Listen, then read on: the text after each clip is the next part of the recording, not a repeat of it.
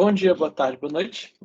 Me chamo Vitor Girardi e vou aqui apresentar o meu trabalho 2 da disciplina de Fundamentos de Sistemas Embarcados. Bom, eu vou dar uma passada aqui tanto um pouco pelo código quanto pela execução, os logs e os terminais, enfim. Então, vai dar para dar uma abrangência completa. Qualquer outra dúvida de execução, print dos gráficos e tudo, é possível encontrar lá no repositório do projeto. Então, vamos lá. Bom, como começamos a execução aqui do projeto, a gente tem duas maneiras de fazer o controle aqui do forno, né? Só um adendo, eu estou no momento testando na Forno 3, que é o forno que contém a BME e todos os sensores, mas eu poderia testar em qualquer outro forno. A diferença é que no momento que eu estou gravando aqui, apenas o forno 2 e o forno 3, a placa 2 e a placa 3, possuem o sensor de temperatura BME funcionando corretamente.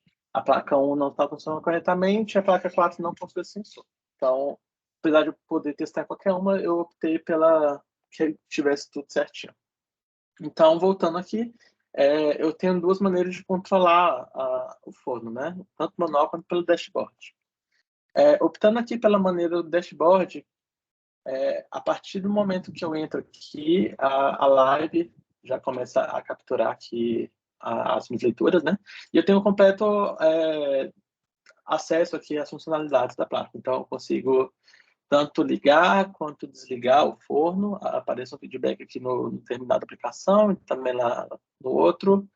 E eu também consigo aquecer o forno, né? Então, se a gente setar aqui uma temperatura um pouco maior do que o forno está no momento, então eu vou botar aqui 45 graus e vou iniciar o aquecimento, né? O funcionamento.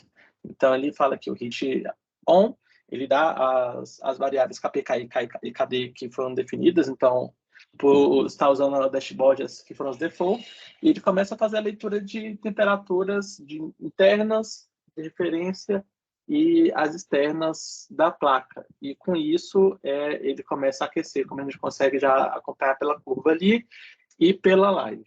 Esse aquecimento ele é feito basicamente um cálculo muito simples. Então, ele pega a temperatura de referência e a temperatura interna e compara. Sempre que a temperatura de referência for maior que a temperatura interna, ele desliga os ventiladores da placa e liga o resistor.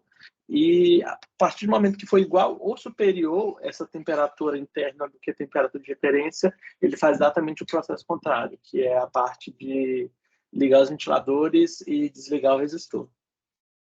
Você pode ver que ele já está aquecendo bem rápido até.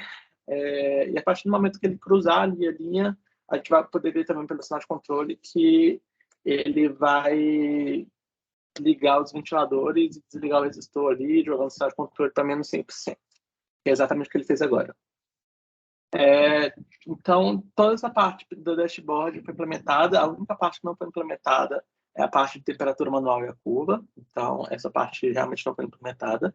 Todos os logs que a gente captura de temperatura, as temperaturas durante o aquecimento e tudo, são armazenados no arquivo CSV. Então, a gente consegue, se eu fechar o programa aqui e dar um ls, a gente pode ver aqui que ele cria um data.csv, e assim que acessar esse data.csv, ele bota a data ali, o horário e todas as métricas que a gente está obtendo aqui, né, de temperatura.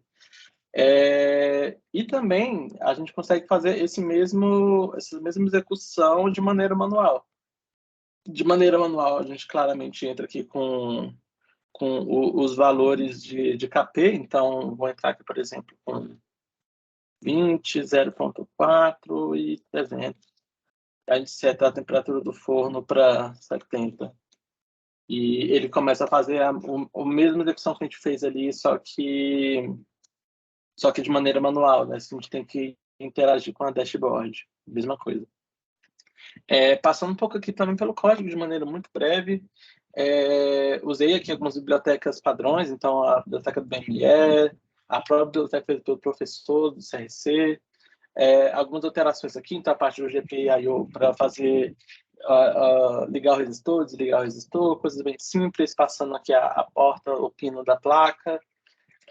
a parte do sistema I2C, então a gente faz o start aqui, passa o arquivo I2C, caso ele seja existente. Eu não estou terminando a aplicação caso aconteça algum erro, que isso aqui é justamente para a gente conseguir testar em placas que não estão com o I2C funcionando ou não existem, por exemplo, a 1 ou a 4.